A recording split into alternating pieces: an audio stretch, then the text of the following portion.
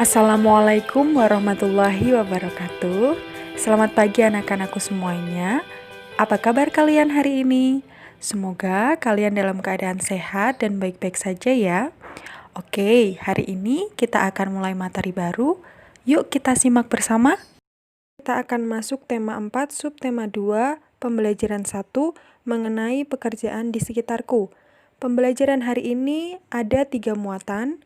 Bahasa Indonesia pada KD 3.5 yaitu menguraikan pendapat pribadi tentang isi buku sastra atau cerita dongeng. Muatan IPA pada KD 3.8 menjelaskan pentingnya upaya keseimbangan pelestarian sumber daya alam di lingkungannya, dan yang terakhir muatan IPS pada KD 3.3 mengidentifikasi kegiatan ekonomi dan hubungan dengan berbagai bidang pekerjaan serta kehidupan sosial dan budaya di lingkungan sekitar.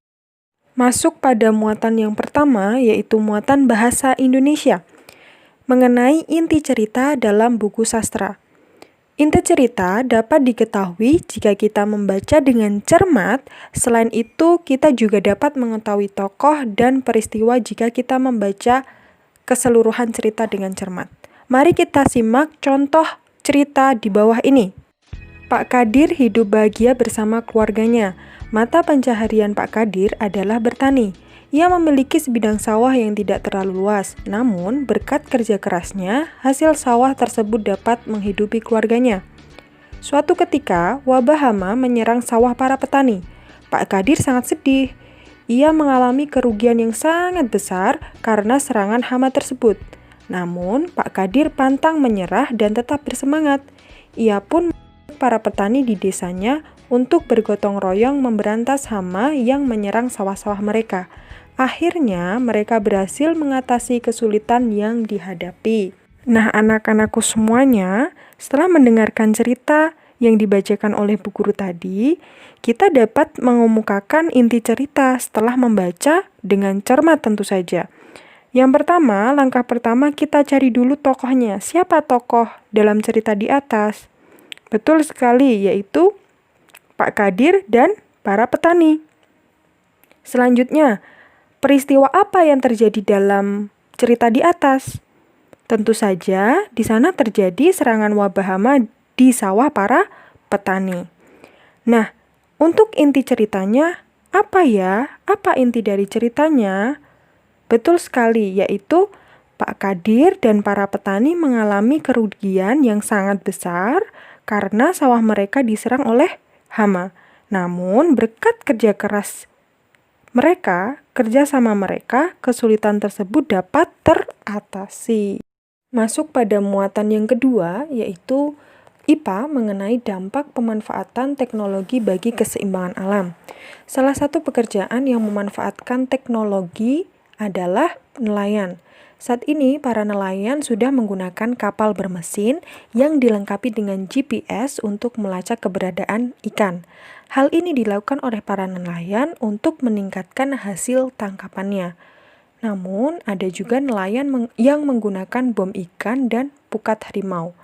Namun saat ini, kedua peralatan tersebut sudah dilarang penggunaannya karena menimbulkan banyak dampak negatif terhadap lingkungan. Misalnya, dapat merusak terumbu karang. Oleh karena itu, para nelayan sebaiknya memperhatikan hal-hal berikut ini supaya keseimbangan alam tetap terjaga. Yang pertama, tentu saja tidak menangkap ikan secara besar-besaran. Yang kedua, tidak menggunakan bahan peledak atau racun. Yang ketiga, tidak menggunakan pukat harimau. Dan yang terakhir, memperkirakan daur hidup ikan. Jadi tidak sembarangan dalam menangkap ikan. Pada muatan sebelumnya, kita sudah belajar atau mengetahui satu jenis pekerjaan, yaitu nelayan. Pada muatan IPS kali ini, kita akan mempelajari jenis pekerjaan dalam suatu kegiatan ekonomi. Kegiatan ekonomi terdiri dari 3 proses, yaitu produksi atau menghasilkan barang, distribusi, menyalurkan barang, dan yang terakhir adalah konsumsi menggunakan barang. Kegiatan ekonomi tadi atau proses kegiatan ekonomi tadi dilakukan pada suatu hal. Contohnya yang kita gunakan atau kita makan sehari-hari, yaitu ikan yang ditangkap oleh nelayan. Berikut ini adalah salah satu contoh skema kegiatan ekonomi. Yang pertama itu adalah kegiatan produksi. Yang kedua, 3 dan 4 itu adalah kegiatan distribusi, yaitu menyalurkan ikan-ikan yang ditangkap oleh nelayan. Dan untuk yang gambar nomor 5 dan 6 itu adalah kegiatan mengkonsumsi ikan yang ditangkap oleh nelayan. Pada skema kegiatan ekonomi ini, kita dapat melihat berbagai jenis pekerjaan. Untuk yang pertama, pada gambar 1 di sana ada seorang nelayan karena dia menangkap ikan di laut. Pada gambar 2, 3, dan 4 itu ada jenis pekerjaan yaitu seorang pedagang, betul sekali.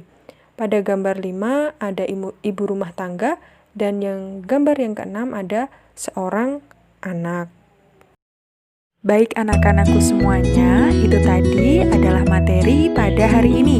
Semoga anak-anakku semua tetap semangat untuk belajar di rumah ya. Sampai jumpa lagi, terima kasih sudah memperhatikan. Wassalamualaikum warahmatullahi wabarakatuh.